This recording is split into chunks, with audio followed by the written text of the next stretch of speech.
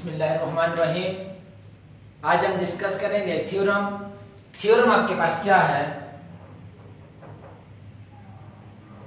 आज हम theorem discuss करेंगे। थ्योरम आपके पास, थ्योरम की स्टेटमेंट क्या है कि लेट्स सपोज आपके पास कोई ट्रायंगल है।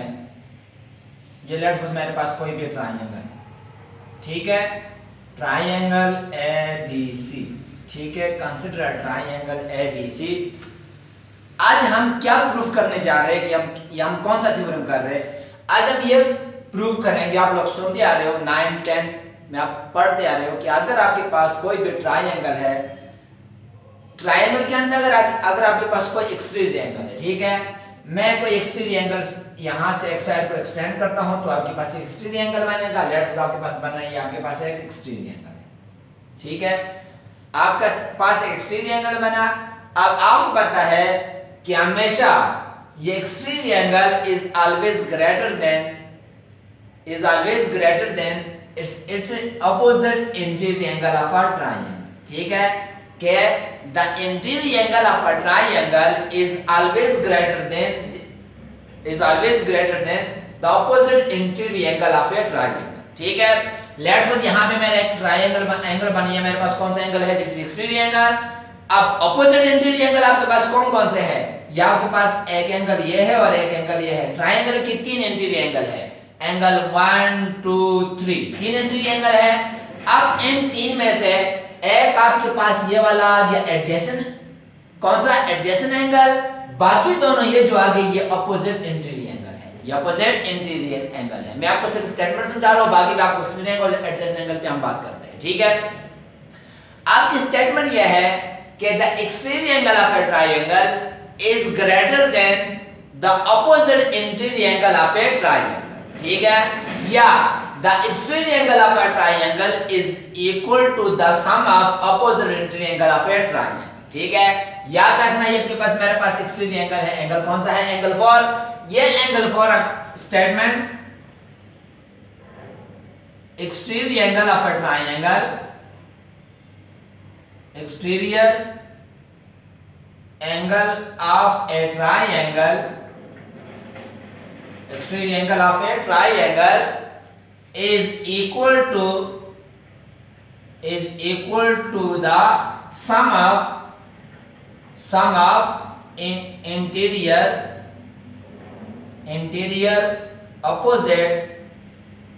interior opposite angles of a triangle, angles of a triangle, कि किसी भी ट्रायंगल में जो एक्सटीरियर एंगल बनता है वो ट्रायंगल के इंटीरियर अपोजिट एंगल के सम के बराबर होगा, ठीक है। अब यहाँ पे एक्सटीरियर एंगल कौन सा बन रहा है? 4। मतलब मैंने प्रूव करना है कि मेजर एंगल 4 बराबर होगा the sum of opposite interior angle. ये मेरे पास इंटीरियर एंगल 3 है, 1 2 3, लेकिन ये नहीं आता है। ये कौन सा एंगल है? ये एडजेसेंट एंगल है, तो अपोजिट इंटीरियर एंगल 1 और 3 के बराबर होगा measure angle 1 plus measure angle 3।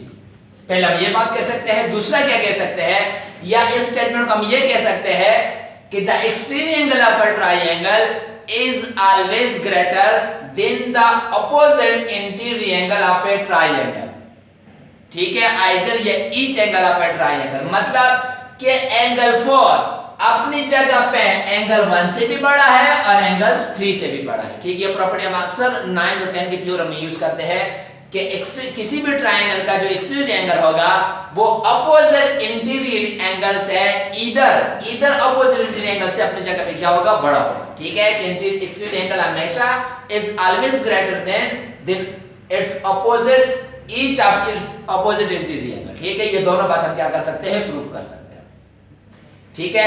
अब इस थ्योरम पे आने से पहले आपको 2 चीजों का पता हो, एक एक्सटीरियर एंगल, दूसरा आपके पास एडजेसेंट एंगल, ठीक है।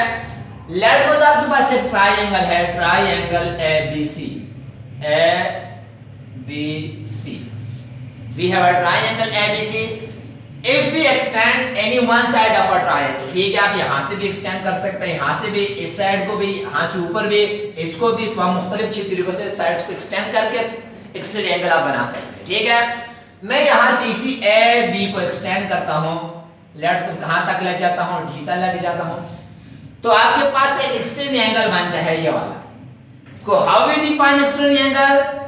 When one side of a triangle is extend या एक्सटेंडेड, कि जब ट्रायंगल के हम एक साइड को एक्सटेंड करते हैं तो ये जिस साइड को मैंने एक्सटेंड किया ये दूसरे साइड के साथ जो एंगल बनाएगा, this is called exterior angle. क्या कहलाएगा? Exterior angle. एंगल का मैंने सिंबल डाल दिया कि जब हम किसी भी ट्रायंगल का कोई एक साइड एक्सटेंड करते हैं, उसके एक्सटेंड होने के साथ दूसरे साइड के साथ जो एंगल बनता है उसको हम क्या कहते हैं? Exterior angle. ठीक है, लेट्स सपोज मैं इसको एक्सटेंड करता हूं, मैं ये वाला साइड ए बी एक्सटेंड करता हूं लेट्स सपोज ई तक, तो आपके पास ये मैंने ए बी को एक्सटेंड किया ई तक, तो ये वाला साइड एंगल किसके साथ बनाएगा? ए सी दूसरी साइड के साथ एंगल बना रहे हैं, this is called exterior angle. कि जब हम ट्रायंगल के एक साइड को एक्सटेंड करते हैं, उसके एक्सटेंड होने की वजह से दूसरे साइड के साथ एंगल बन जाता है, उसको हम क्या कहते हैं? Exterior angle. ठीक है, ये था एक्सटीरियर एंगल। अब हम देखते हैं एडजेसेंट एंगल क्या होते हैं। कि आपके पास एडजेसेंट एंगल, आपके पास क्या है? आपके पास कोई भी ट्रायंगल है, ठीक है, ट्रायंगल की हम सिंपल भी इसको पहले यहां से ट्रायंगल ही मिलेगा या सिंपल पहले यहां पे देखते हैं। लेट्स सपोज आपके पास कोई एंगल, ये एक एंगल ये है और दूसरा एंगल मैंने यहां पे ड्रा कर दिया। ठीक है, A B C D. Adjacent angle आपके पास क्या होता है? कौन सा एंगल? एडजेसेंट। एडजेसेंट एंगल ऐसा एंगल जिसके अंदर तीन बातें हो। कौन कौन सी तीन बातें? Those angle, the two angle are said to be adjacent when they have common vertex. They have common vertex. Common vertex का मतलब एक एंगल यहां पे है एंगल 1, एक एंगल यहां पे है एंगल 2, ये दोनों एक ही पॉइंट पे बनते हैं। वो पॉइंट क्या है? A. This A is called the vertex. क्या कहलाता है? वर्टेक्स। ये दोनों का कॉमन है, एंगल 1 भी ए पे बन रहा है, 2 भी ए पे बन रहा है, सो ए इज कॉल्ड द वर्टेक्स। तो इन दोनों में एक चीज कॉमन होगा व्हिच इज कॉल्ड वर्टेक्स। ठीक है, अब angle A B A C C A D, मतलब एंगल 1 और 2 में जो वर्टेक्स कॉमन है वो क्या है? इनका वर्टेक्स एक कॉमन पॉइंट होगा जिसको हम क्या कहेंगे? Common vertex. ठीक है, इनका वर्टेक्स कॉमन जहां पे बनते हैं वो पॉइंट, ये एंगल 1 भी यहां पे बनता है, 2 भी यहां पे, इनका एक क्या है? कॉमन वर्टेक्स है। ठीक है, दूसरा इनमें क्या होता है? Common arm. कॉमन आर्म, ठीक है, कि मेरे पास दोनों एंगल में एक आर्म कॉमन होगा। अब आर्म क्या चीज होती है? मतलब एक रेज यहां, कॉम्बिनेशन ऑफ टू रेज मेरे पास क्या होता है? एंगल होता है। तो ये नॉन कॉमन आर्म है इन दोनों में, ये वाला कॉमन आर्म, ये रहे इन दोनों में कॉमन है। मतलब ये जो एंगल 1 है ये दो रेज से मिलकर बनता है ए बी और ए सी। तो अब ए सी जो है वो इस एंगल और इस एंगल में कॉमन है, इनका कॉमन साइड है। ठीक है, तो इसको हम कहेंगे कॉमन आर्म। तो आपके पास एडजेसेंट एंगल, दो ऐसे एंगल जिनका कॉमन वर्टेक्स होगा, कॉमन एक आर्म होगा। तीसरी बात, द इंटरसेक्शन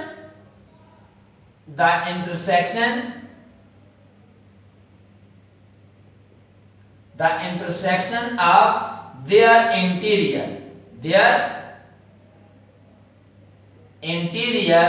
is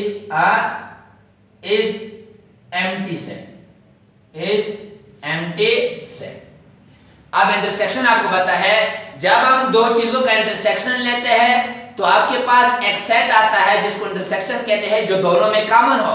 अगर दो चीजों में कुछ ना, अगर दो पॉइंट्स या दो सेट में कुछ ना कुछ कॉमन होगा तो उनका इंटरसेक्शन एम्प्टी नहीं आएगा, कुछ ना कोई जवाब आएगा। अब अगर आपके पास दो सेट है उनमें कुछ भी कॉमन हो तो उनका इंटरसेक्शन क्या आएगा? एम्प्टी आएगा। अब याद रखना इसका क्या मतलब है? आपने कहा कि इनका कॉमन वर्टेक्स है, कॉमन आर्म है। ये जो कॉमन आर्म है ये एक ऐसा आर्म है या एक ऐसा दीवार है, बाउंड्री लाइन है, जो इस एंगल और इस एंगल को क्या करता है? अलग करता है। क्या करता है? अलग। मतलब अगर मेरे पास कुछ पॉइंट है 1 2 3, यहां पे कुछ पॉइंट है ए बी सी, तो जब इन दोनों में इंटरसेक्शन का मतलब है कि इन दोनों में कोई चीज भी शेयर नहीं है, ठीक है। ये जो पॉइंट है 1 2 3 ये बिल्कुल इस एंगल के है, एंगल 1 के है, ठीक है। और ए बी सी किस एंगल के है, एंगल 2 के है, कि इनके दरमियान एक क्लियर बाउंड्री लाइन है जो इस एंगल और इस एंगल को दूसरे से क्या करती है, जुदा करती है, ठीक है।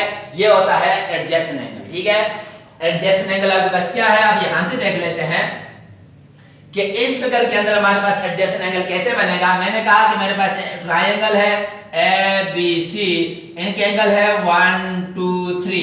मैंने साइड ए बी को एक्सटेंड किया, कहां तक लेके गया डी, तो आपके पास एक एंगल बना यहाँ पे, एंगल क्या बना, एंगल 4। अब आपको पता है कि एंगल 4 आपके पास दिस एक्सट्रीम एंगल, क्यों एक्सट्रीम एंगल की डेफिनेशन को फॉलो करता है कि the angle which is formed by extending one side of a triangle and the angle formed with another side of a triangle, it is called extreme angle। मतलब कि जब हम triangle के एक साइड को एक्सटेंड करते हैं, उसके एक्सटेंड होने की वजह से दूसरे साइड के साथ, इस साइड के साथ जो एंगल बना, this is called extreme angle. दूसरी बात, अब हम यहाँ पे एडजेसेंट एंगल, दो एंगल एडजेसेंट है, कौन कौन सा है, एंगल 4 और 2 एडजेसेंट एंगल है। क्यों एडजेसेंट है, एडजेसेंट एंगल की प्रॉपर्टीज को फॉलो करता है, डेफिनेशन को फॉलो करता है। सबसे पहली बात, एंगल 4 और एंगल 2 जहां पे बनते हैं वो पॉइंट क्या है, B, so it is a common vertex. ये दोनों का कॉमन वर्टेक्स है, दोनों सेम पॉइंट पे बनते हैं। दूसरी बात, इनमें कॉमन आर्म भी है, कौन सा कॉमन आर्म है, बी सी, ये इनका कॉमन आर्म है। तीसरी बात, यही बी सी इन दो एंगल्स को अलग अलग करता है, बाउंड्री वाल है, तो इन इसके अपने पॉइंट होंगे इंटीरियर, इसके अपने पॉइंट इंटीरियर, मतलब इनके दरमियान एक कंप्लीट बाउंड्री लाइन है जो इसके पॉइंट और इसका रीजन, इसके पॉइंट, इसका रीजन, इसके पॉइंट्स को अलग अलग करता है। मतलब इन दोनों के इंटरसेक्शन, मतलब इंटरसेक्शन का ये मतलब है कि इनका कंप्लीट बाउंड्री लाइन है कि इन और इनके दरमियान में, इस एंगल और इसके दरमियान में कोई चीज भी शेयर नहीं हो रही, ठीक है। मतलब कि इंटरसेक्शन ऑफ द इंटीरियर क्या आएगा, नल सेट आएगा या एम्प्टी सेट आएगा। अब हम अपने हैं अपने थ्योरम पे। थ्योरम हमारे पास क्या है, statement.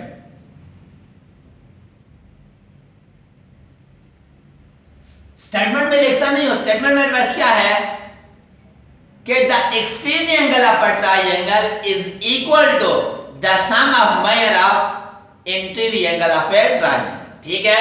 The extreme angle of a triangle, the exterior angle of a triangle, triangle के लिए मैंने सिंबल डाला, is equal to the sum of interior, sum of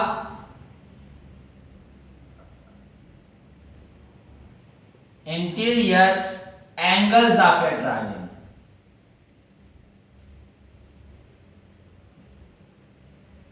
interior opposite angle, ठीक है, अपोजिट का लफ्ज लाजमी लिखना है, opposite, sum of interior opposite angle of a triangle.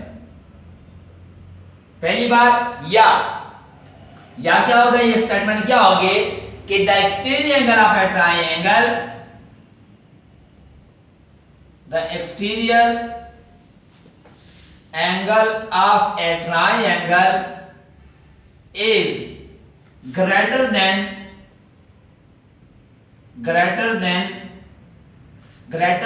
the opposite, greater than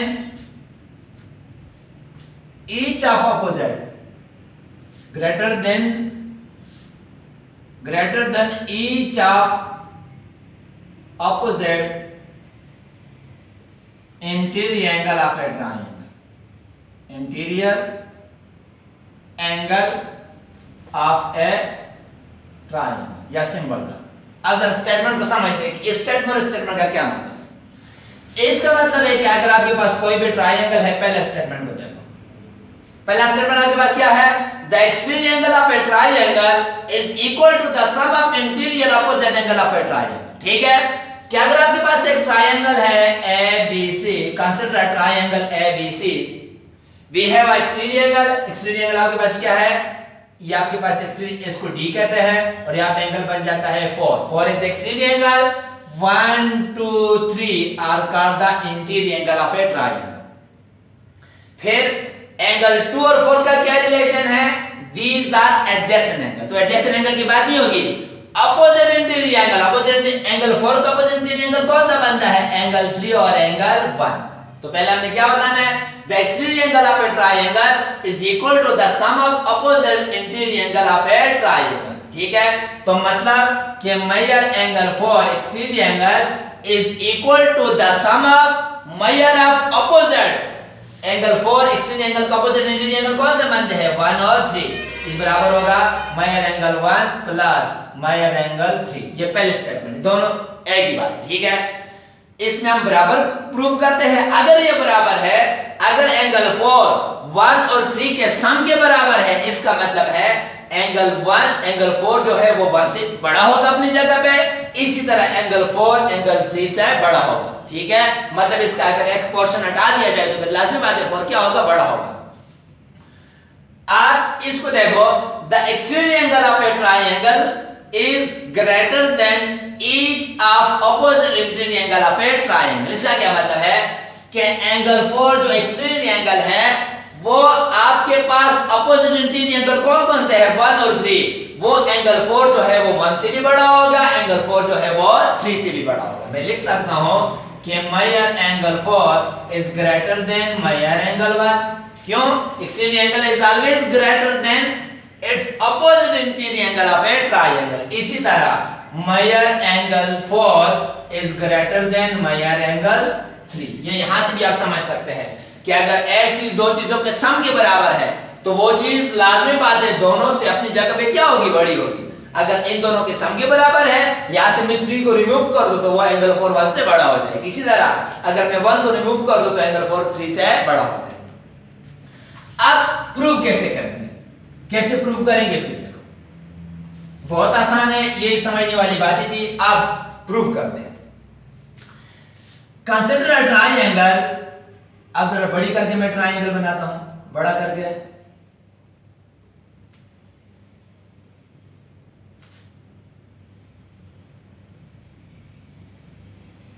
ये आपके पास एक triangle, consider triangle ABC.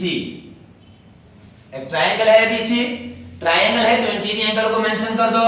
Angle 1 angle 2 angle 3 are interior angle of a triangle. अब हमने एक्सटीरियर एंगल बनाना है. Extend AB 2 point D.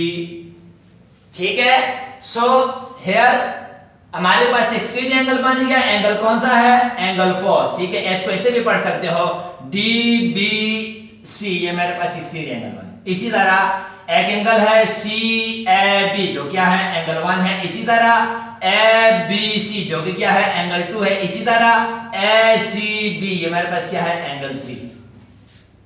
Exterior angle 4, interior angle 1 2 3. अब angle 4 का एडजेसेंट एंगल कौन सा है? एंगल 2. मतलब 2 के साथ हमारा कोई रिलेशन नहीं है. हमने ऑपोजिट इंटीरियर एंगल की बात करनी है तो ऑपोजिट इंटीरियर एंगल 4 के ऑपोजिट इंटीरियर एंगल मेरे पास कौन से बनते हैं? एंगल 1 है, एंगल 3. ठीक है, हमने प्रूव करना है गिवन. गिवन मेरे पास क्या है? ट्रायंगल,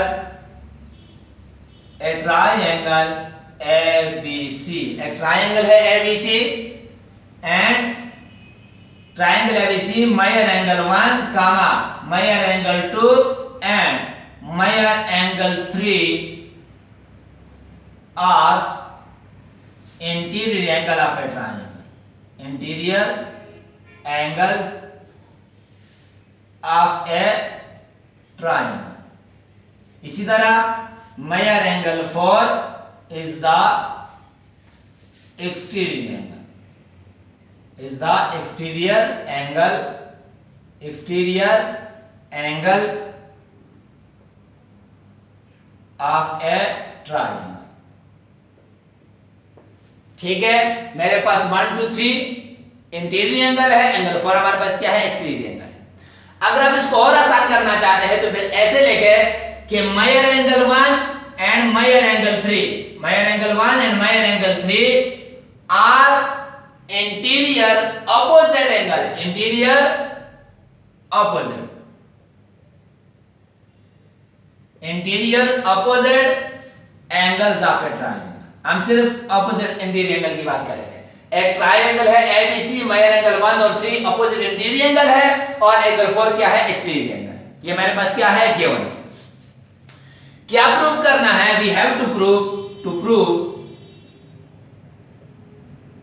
अब यहां पे हम लोगों ने क्या प्रूव करना है, हमने प्रूव करना है कि exterior angle interior opposite angle के सम के बराबर है। मतलब मायर एंगल 4 बराबर होगा मायर angle 1 plus measure angle 3।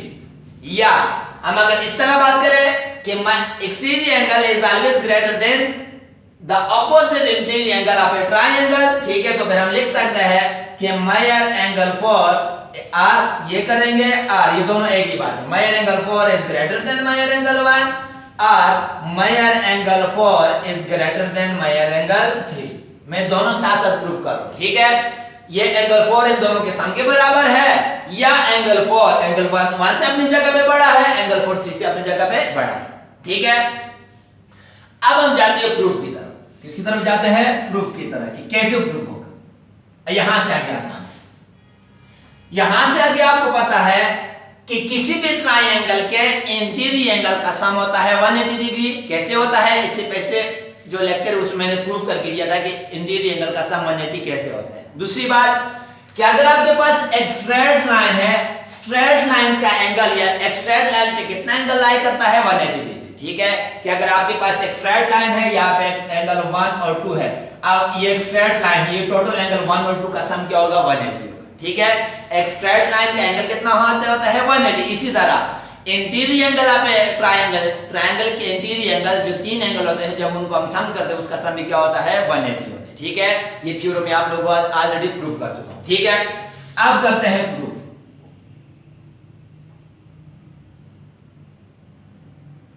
Statement और रीजन।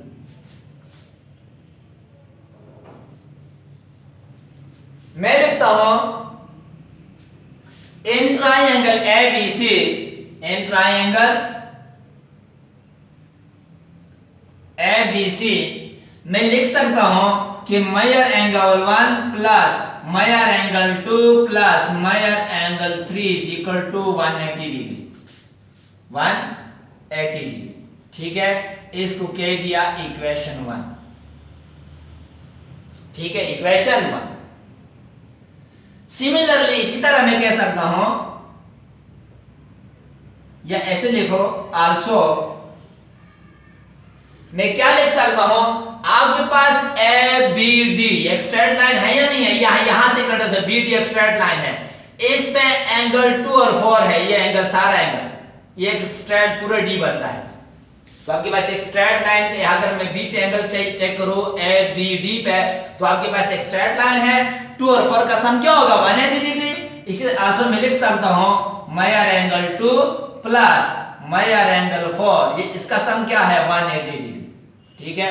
ये आ गया इक्वेशन 2। इसकी मैंने रीजन नहीं लिखी, मायर एंगल 1 मायर एंगल 2 मायर एंगल 3 का सम 180, क्यों, हम we know sum of interior angles of a triangle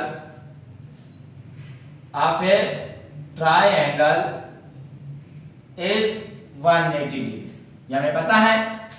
दूसरी बात, मायर एंगल 2 प्लस मायर एंगल 4, एक स्ट्रेट लाइन का एंगल कितना होता है, 180, ये भी आपको पता है। हम लिख सकते हैं एज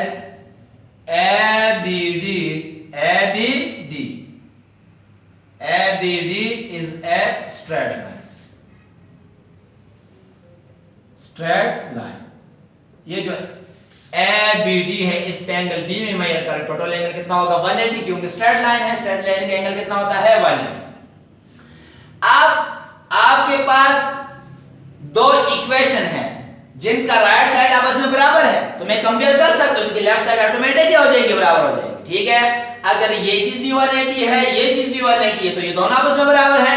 तो मैं लिख सकता हूं कि measure angle 1 plus measure angle 2 plus measure angle 3 is equal to measure angle 2 plus measure angle 4।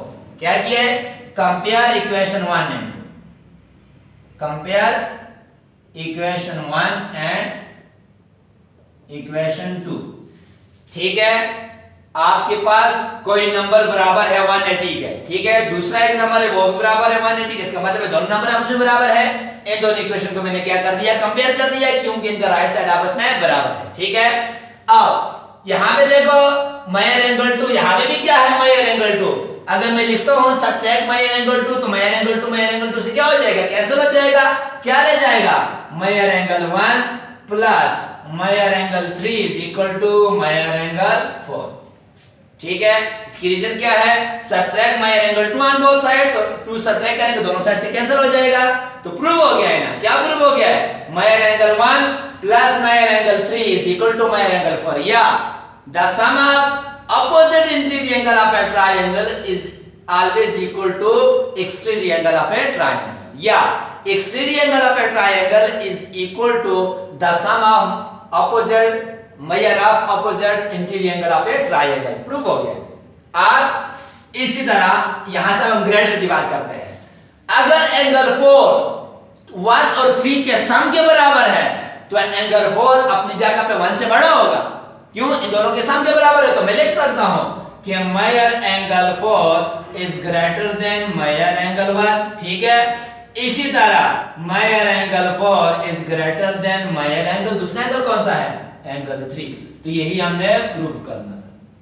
ये आपके आज का थ्योरम है। ठीक है, कोई भी मसला नहीं है। पहली बार इंटीरियर एंगल का सम 180, दूसरी बार कि मेजर एंगल 2 और 4 एक स्ट्रेट लाइन है 180, दोनों इक्वेशन को कंपेयर किया, एंगल 2 और एंगल 2 से कैंसिल हो गया, तो 1 और 3 का सम क्या है? 4, या 4 बराबर है सम ऑफ 1 एंड 3। 1 एंड 3 क्या चीज है? इंटीरियर अपोजिट एंगल है, और 4 क्या है? Exterior angle of a triangle. इसी तरह अगर 4 1 और 3 के सम के बराबर है तो हम कह सकते हैं कि 4 1 से बड़ा है और 4 3 से भी बड़ा है। यह आपका थ्योरम था। ठीक है, कोई भी मसला हुआ कमेंट करना। Okay, thank you.